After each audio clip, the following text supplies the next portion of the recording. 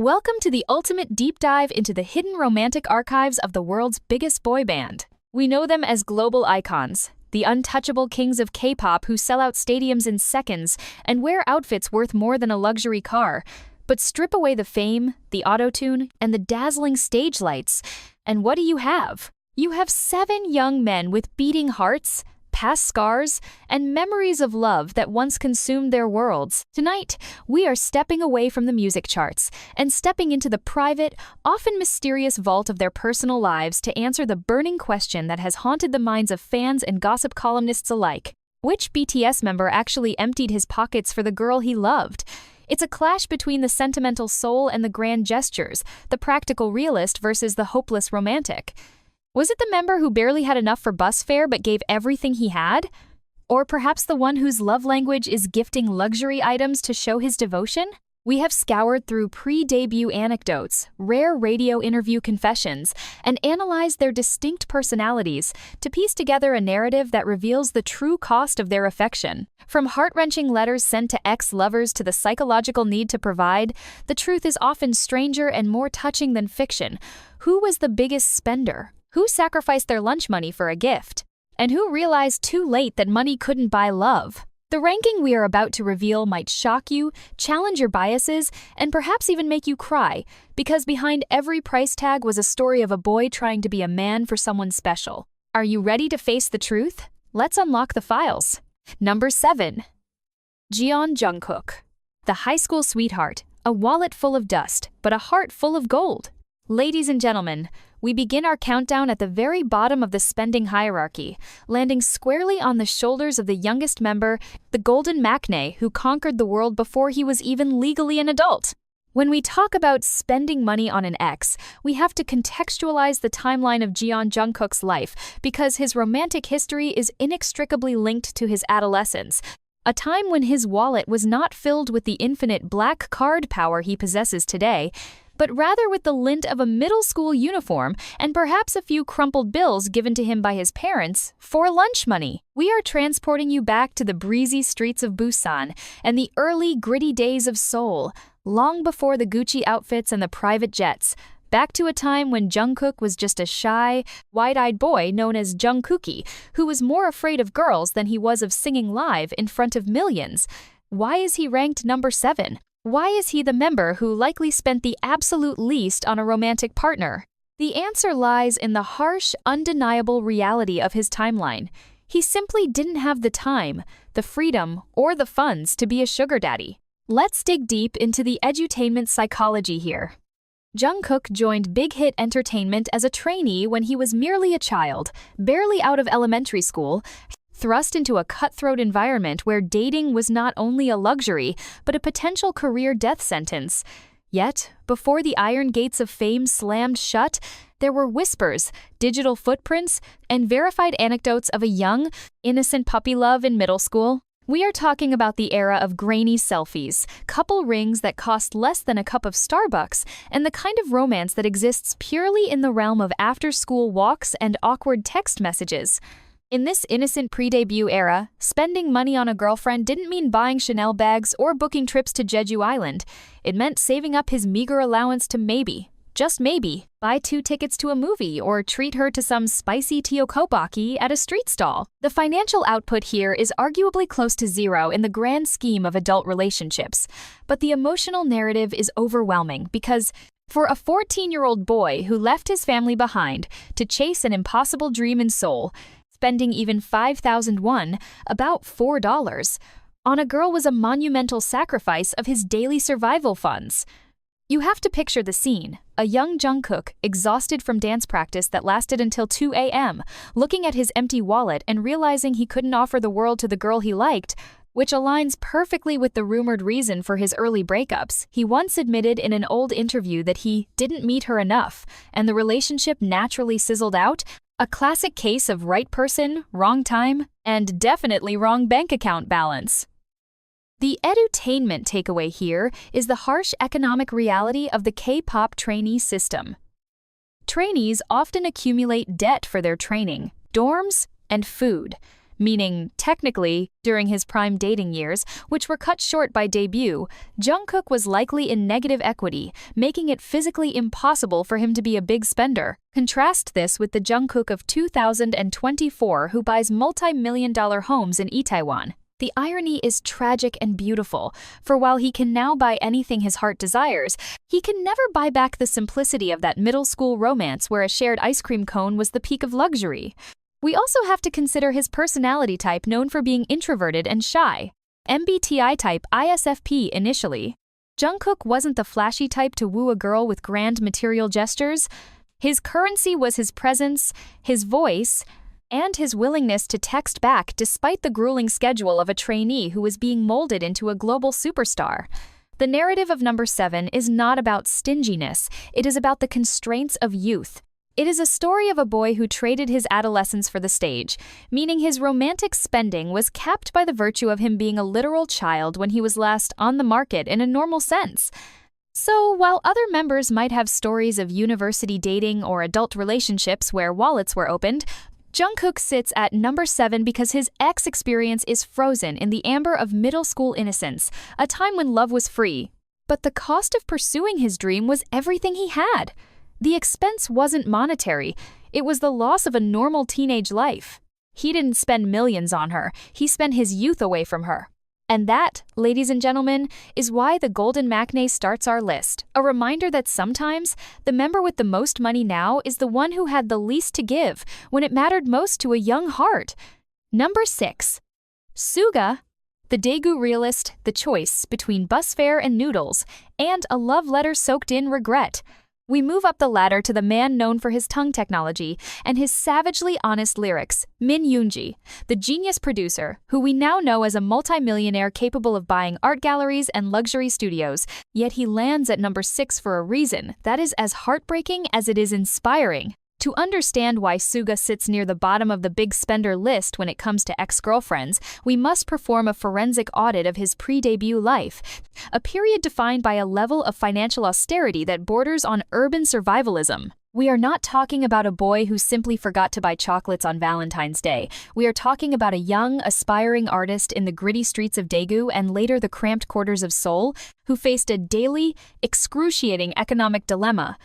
If he ate a bowl of jjajangmyeon, black bean noodles, costing 2,000 won, he would not have enough money to take the bus home and would have to walk for 2 hours. This is the fundamental Edu-Tainment context required to analyze his romantic spending habits. You cannot spend what you do not have, and for Min Yoongi, money was not just tight, it was practically non-existent. The narrative of Suga's romance is famously anchored in a letter he submitted to a local radio station about his middle school girlfriend, a document that serves as the Parthenon of his romantic history. In this letter, he confessed to being shy, awkward, and unable to treat her right, eventually leading to a breakup that haunted him with regret. But read between the lines of that confession, and you find the economic subtext. A boy who is struggling to express himself emotionally is often also a boy struggling to express himself financially. During his trainee years, which overlapped with his late adolescence, Suga was famously selling his beats for pennies, sometimes getting scammed and not paid at all, working part-time delivery jobs, where he shattered his shoulder in an accident he kept secret just to keep his position in the group. When you are in a survival mode of that magnitude, dating becomes a source of guilt rather than joy.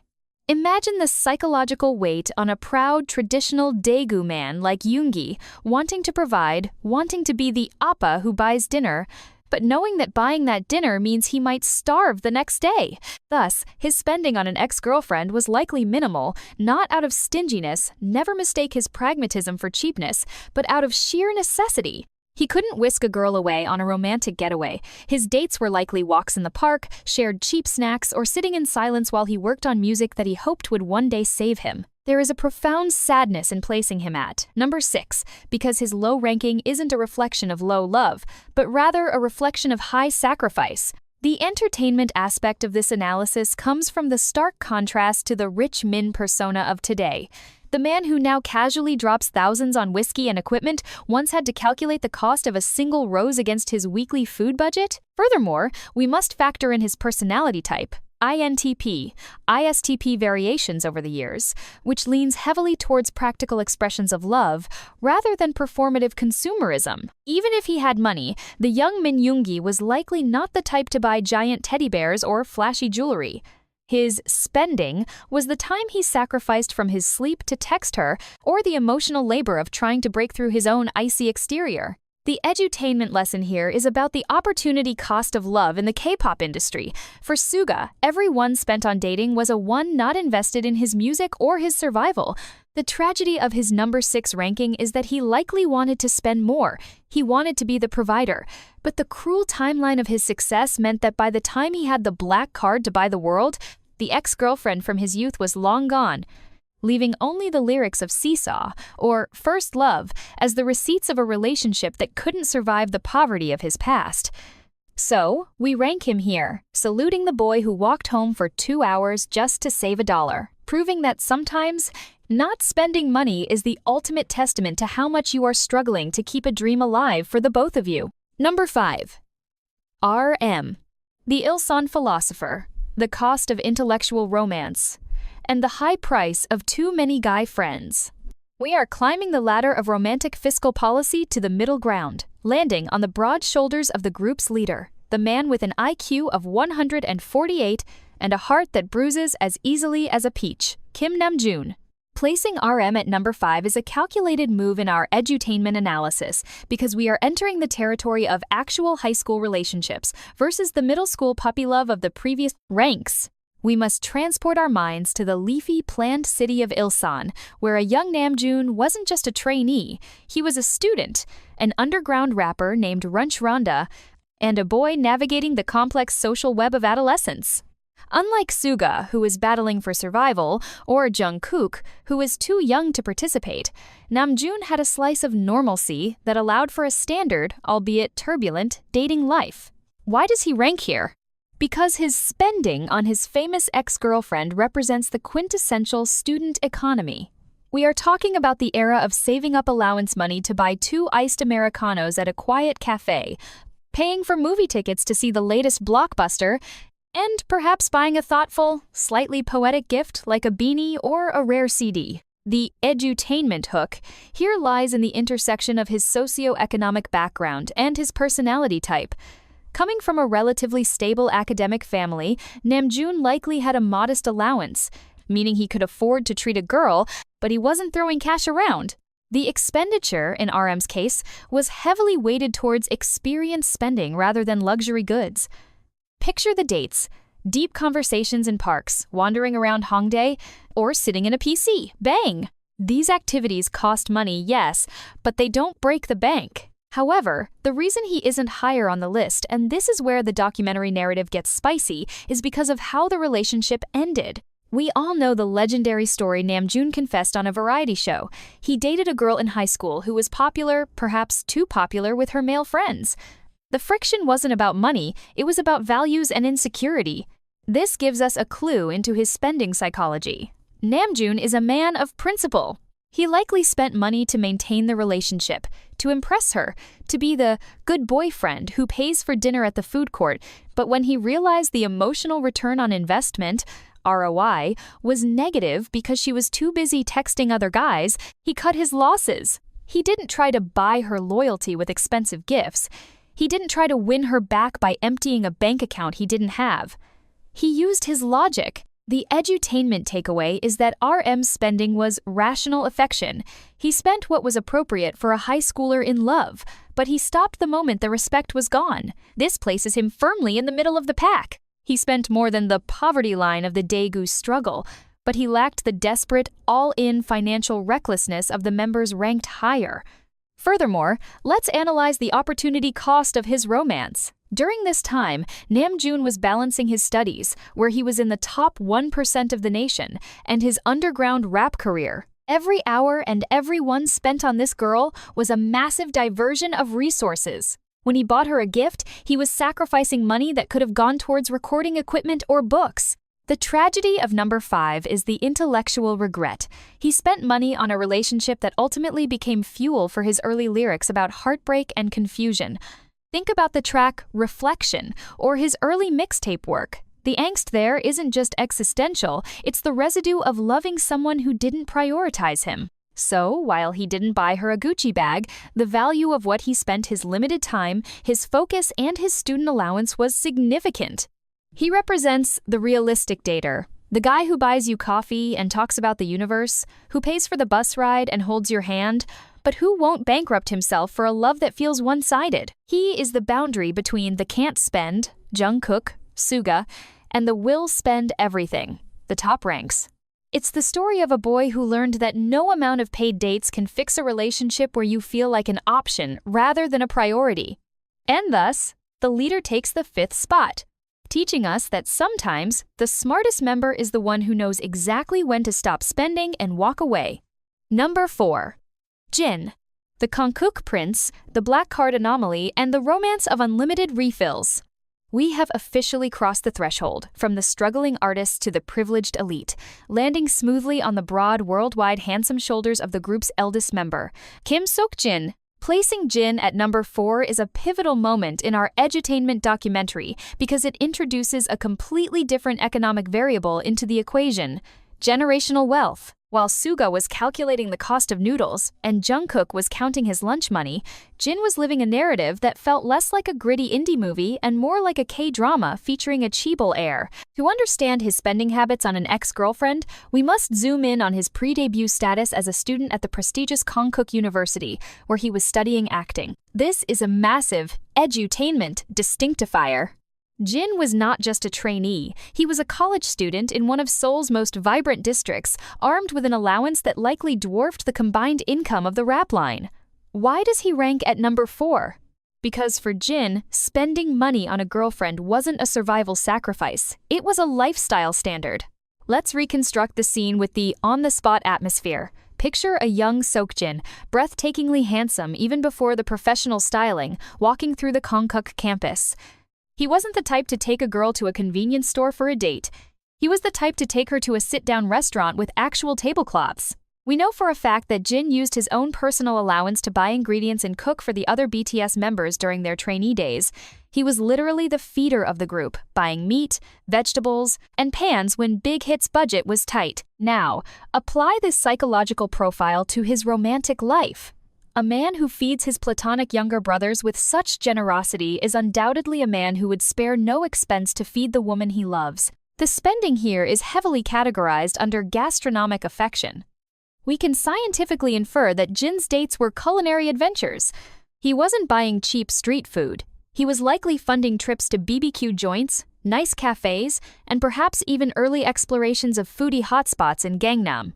The cost of dating Jin was high for him because his standard of living was naturally higher. But here's the twist that keeps him at number 4 and not number 1, the effort versus impact ratio. While Jin undoubtedly spent a significant amount of currency, likely paying for taxis when others took the bus, paying for movie tickets, popcorn, and dinner without blinking, the narrative weight of this spending lacks the tragic desperation of the top spots. Jin is a man of high self-esteem and rationality. He is the ideal boyfriend type who pays the bill because it's polite and because he can, not because he is trying to buy affection he feels he doesn't deserve. There is a sense of stability in his spending. He didn't have to sell his belongings to buy her a gift. He just swiped his card or used cash from his parents. This lowers the emotional drama score of his spending, even if the monetary value was high. Furthermore, we must look at the edutainment angle of his personality. Jin is sentimental but practical. He is not the type to buy a 100-foot teddy bear just for the shock value. He is the type to buy a practical, high-quality gift, or perhaps, referencing his love for gaming, he might have spent money on couple items in a video game or PC bang dates. The hidden cost of dating Jin was his schedule. As a double-life student and trainee, his time was expensive. But when he was present, he was the provider. The legend of Jin's generosity is foundational to BTS's history. Without his spending, the members might have literally starved. It is only logical to assume this extended to his romance. He was the oppa who solved problems with his wallet so that the relationship could be comfortable. However, the reason he stops at number 4 is the safety net factor. If Jin spent all his money on a date, he could likely call home or rely on his family's support network. He didn't face the existential dread of, if I buy this gift, I don't eat tomorrow, that defined the lower ranks. His spending was a gesture of love, not a gamble of survival. It's the difference between a prince buying a banquet and a pauper sharing his last loaf of bread. The prince spends more gold, but the pauper spends more life. So, Jin occupies this vital middle ground, the transition from the boyish struggles of the younger members to the heavy, emotional, and sometimes reckless investments of the top three. He represents the golden era of dating comfortable, well-fed, and stylish before the heartbreak hotel of the top ranks checks us in. He spent the money to make her smile, to fill her stomach, and to ensure she never felt the pinch of the trainee poverty that surrounded him. He was, in essence, the sugar daddy of his own relationship, simply by being the only one who could afford a taxi ride home. Number 3. J-Hope. The Gwangju street dancer, the tragic bus ride, and the bankruptcy of a broken heart. We are entering the top 3, the danger zone where emotions run high and wallets run empty, landing on the vibrant, energetic, yet secretly sentimental heart of the group's dance leader, Young Ho-sok. Placing J-Hope at number 3 is a narrative necessity because we are shifting from dating for fun or dating for experience to dating with the intent to give your entire soul and, unfortunately, paying the ultimate price for it. To understand the fiscal and emotional expenditure of J-Hope, we must peel back the layers of his sunshine persona to reveal the gritty, passionate street dancer from Gwangju, known as Smile Hoya. The Edu-Tainment thesis here is centered on the psychology of the overgiver. J-Hope is widely known among the members as the mom of the group, the one who organizes, cleans, and takes care of everyone else. In romantic psychology, this personality type often translates into a partner who spends excessively, not just money, but resources, energy, and time to ensure the other person is happy, often at their own expense. This places him high on our list because his spending wasn't casual. It was a desperate, beautiful attempt to maintain a love that was slipping through his fingers like sand. Let's set the scene with cinematic detail. Gwangju in the late 2000s and early 2010s. A young Ho-sok is already a local celebrity in the underground dance scene, sweating in practice rooms until the windows fog up, driven by a dream to conquer the stage. But amidst this grueling schedule, there was a girl. This isn't a vague rumor. This is a story J-Hope himself has bravely shared, referencing the dynamic duo song Solo as the soundtrack to his heartbreak. The narrative of his spending is tragic because it represents the sunk cost fallacy of a first love. We can infer that J-Hope, with his attentive nature, was the type of boyfriend who would spend his last 10,000 won to buy her a hot meal while he went hungry. He was the type to pay for the taxi, so she wouldn't have to walk in the rain. He was the type to buy thoughtful, matching items, a staple of Korean high school dating culture, to signal to the world, "She is mine." Unlike the cool Daegu style of Suga or the shy Busan style of Jungkook, J-Hope's Gwangju style was likely warm, expressive, and generous. He wanted to be the perfect boyfriend. But why does he rank so high, specifically at number 3? Because the cost of this relationship was amplified by the tragedy of its ending. The legend goes that despite his efforts, despite his spending, and despite his devotion, she left him for another man.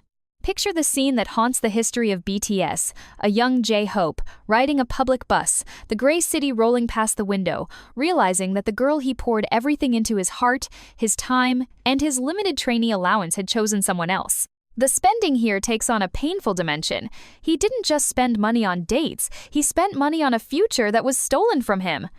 The money he spent on movie tickets, on snacks, on small gifts to make her smile, all of it became a loss on his balance sheet, leaving him with nothing but memories and a song that makes him cry.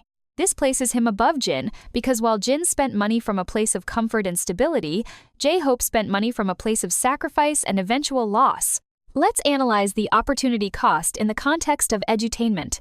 J-Hope was a trainee at Big Hit, living in the cramped dorms, facing an uncertain future. Every one he spent on this girl was a one he could have used for new dance shoes, for better food, or for a train ticket home to see his family. Yet, he chose to invest it in her. This speaks to a love language of acts of service and gift-giving. He likely believed that if he just treated her well enough, if he just bought her that one thing she wanted, if he just paid for enough dates, she would stay. The tragedy of number 3 is the realization that you cannot buy loyalty. The expenditure was massive relative to his income.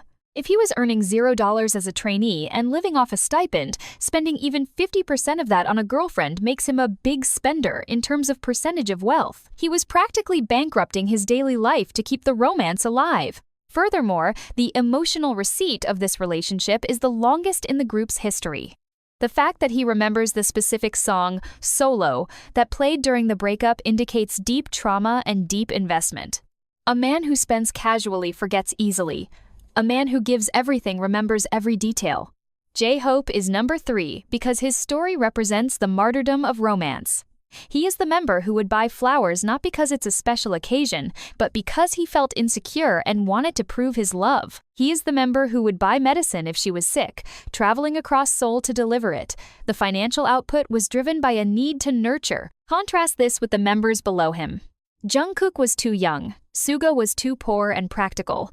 RM was too logical. J-Hope was the first member on this list who allowed his heart to override his wallet completely. He spent with the reckless abandon of a dancer who leaves everything on the floor. And when the music stopped and the bus ride ended, he was left with empty pockets and a broken heart, teaching a valuable lesson to millions of fans. Sometimes, you can give a person the world, you can buy them the moon, but you cannot make them stay. The image of J-Hope, the brightest smile in K-pop, having such a dark, expensive shadow in his romantic past, is what makes him the perfect number 3. It is the story of the nice guy finishing last, but paying the most for the privilege of the race. He spent his innocence, he spent his allowance, and he spent his trust. And that, ladies and gentlemen, is a price tag that no luxury brand can ever match. Number 2. Jimin, the Busan Prince of Persuasion, the high cost of unrequited perfection, and the wallet that bleeds for a smile.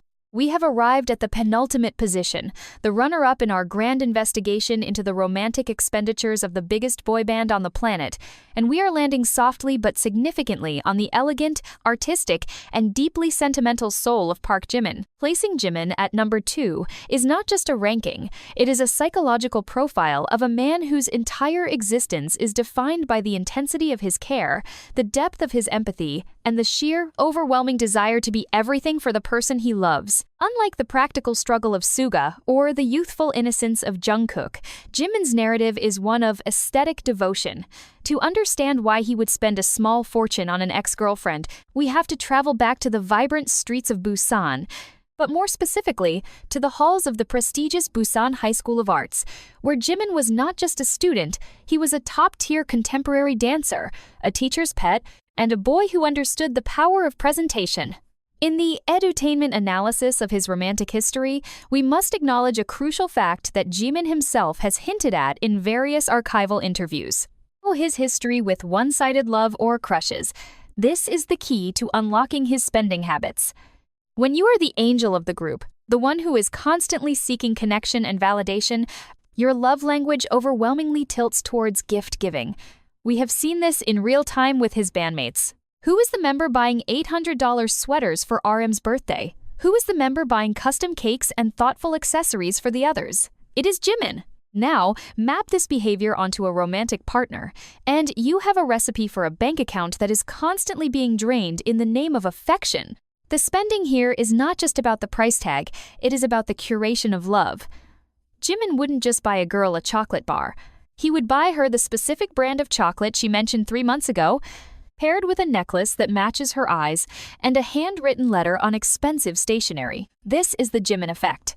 He is the type of boyfriend who remembers the smallest details and spends money to prove that he listened. The financial output of dating Jimin would be staggering because he is a perfectionist. He wants the date to be perfect. He wants the gift to be perfect. And he wants himself to be perfect for her. This means spending money on his own appearance, fashion, accessories, grooming to ensure he is the prince she deserves, as well as spending on her. We must also consider the timeline of his ex-girlfriend or crush era.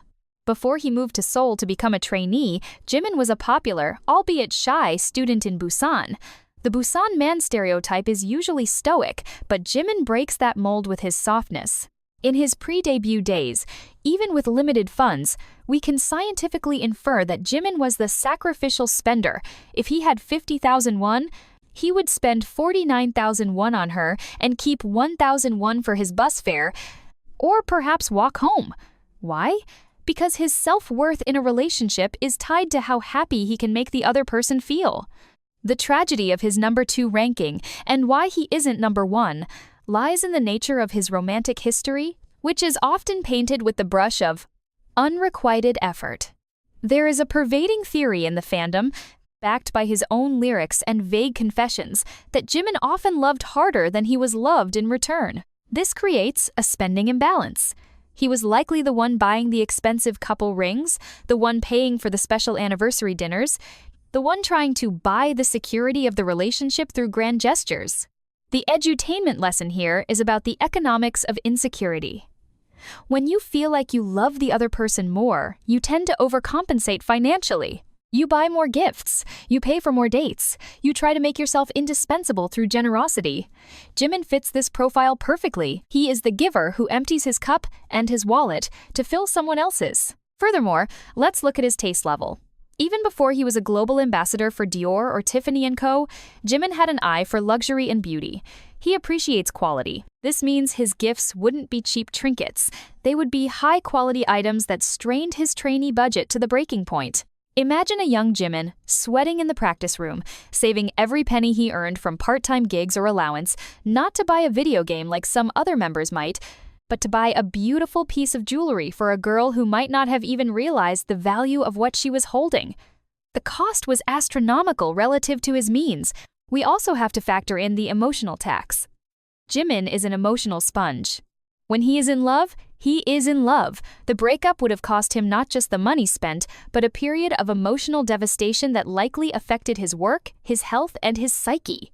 The sunk cost of a relationship for Jimin is the highest in the group because he invests his identity into his partner. The reason he sits at number 2 is because this spending was likely constant, thoughtful, and high quality, but perhaps lacked the singular, explosive, sell my soul financial recklessness of the member at number 1. Jimin's spending was romantic maintenance, a steady stream of gifts, dinners, and gestures designed to keep the fairy tale alive. He is the boyfriend who surprises you with a gift on a random Tuesday just because it reminded me of you. He is the boyfriend who upgrades your seat to business class, metaphorically speaking, for his pre-debut era, even if he has to sit in economy. The narrative of Park Jimin is the story of a boy who believed that if he gave enough, if he spent enough, if he was perfect enough, love would stay. And when it didn't, he was left with the receipts of a romance that cost him everything he had. He represents the beautiful, tragic generosity of a heart that knows no limits, placing him firmly as the second biggest spender, the prince who gave his gold to a world that didn't always give it back. Number 1. V. Kim Taehyung. The Jio-chang romantic, the prince of Gucci-level gestures, and the heart that spends like a billionaire in love. Ladies and gentlemen, we have arrived at the summit, the absolute peak of our romantic fiscal investigation, and standing alone at number 1, draped in an aura of vintage mystery and unparalleled generosity, is the man whose face is a masterpiece and whose wallet is an open door for the people he loves, Kim Taehyung, also known as V. Why does the boy from the farmlands of Jio-chang take the crown as the member who spent the most money on an ex-girlfriend? The answer is not just about the math, it is about the mythology of V. To understand his spending, you must understand his soul. We are talking about a personality type, ENFP, INFP, that operates on pure, unfiltered intuition and emotion. Unlike the calculated logic of RM or the practical survivalism of Suga, Taehyung's approach to life and love is operatic. In the Edu-Tainment analysis of his pre-debut and early debut years, we find the clues of a grand spender. Remember the legendary story of his father buying him an expensive, high-end padding jacket before he moved to Seoul so the city kids wouldn't look down on him? This foundational memory instilled in Taehyung a deep psychological link between material value and protective love. For V, spending money isn't just a transaction, it is a suit of armor he gifts to his loved ones. Now apply this to a romantic context. V is not a coffee date kind of guy. He is a movie scene kind of guy. Even with a trainee's empty pockets, V is the member most likely to pull off a financial miracle to impress a girl. We are scientifically inferring that V is the type to starve himself for a month, selling his own personal items, just to buy that one singular luxury item that she glanced at in a shop window. While Jimin spends on constant care and J-Hope spends on service, V spends on the moment. The expenditure here is concentrated, heavy, and breathtaking. He is the member who would buy the giant bouquet of expensive flowers that barely fits in the bus. He is the member who would save up to buy a piece of jewelry that costs more than his rent simply because he thought it looked like her.